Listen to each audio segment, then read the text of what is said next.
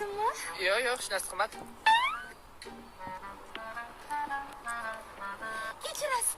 Anaqa o'zi sizga qanaqa qizlar yoqadi? Yaxshi qizlar yoqadi. Ha, menga bo'lsa qora kostyum kiygan, sochiga ko'zini sirinasi pasachki taqib qildi, qulog'isi bor bo'llar yoqadi.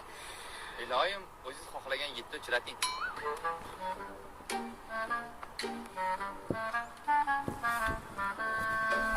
Menga bo'yi uzun skameykada o'tirib kitob o'qib o'tiradigan bolalar yoqadi.